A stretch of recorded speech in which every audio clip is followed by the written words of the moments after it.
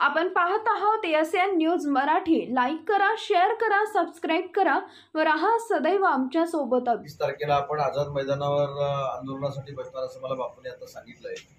मी आजच बापूंच्या समवेत मुख्यमंत्री मोदयांची भेट घेतो आणि जे आपलं महामंडळ स्थापन झालेलं आहे ते कशा पद्धतीने लवकरात लवकर कार्यान्वित करता येईल यासाठी बापूंबरोबर मी स्वतः पाठपुरावा करतो त्याचा।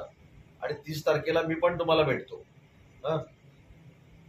तर माझी विनंती आहे की मी स्वतः कॅबिनेट मंत्री असल्यामुळे मी देखील शासनाचा प्रतिनिधी आहे, त्याच्यामुळं आंदोलन आपण स्थगित करावं। मी स्वतः मुख्यमंत्री महोदयांशी, दोन्ही उपमुख्यमंत्री महोदयांशी बोलतो आणि याच्यानंतर सकारात्मक मार्ग काढू आपण। नाही, नक्की मी शिंदे साहेबांशी आज बोलेल, दोन्ही उपमुख्यमंत्री महोदयांशी देखील बोलतो आणि कुठचाही नाभिक समाजावर अन्याय होणार नाही याची जबाबदारी शासन म्हणून आम्ही घेऊ, त्याची अजिबात चिंता करू नका। माझी फक्त विनंती एवढीच आहे, माझी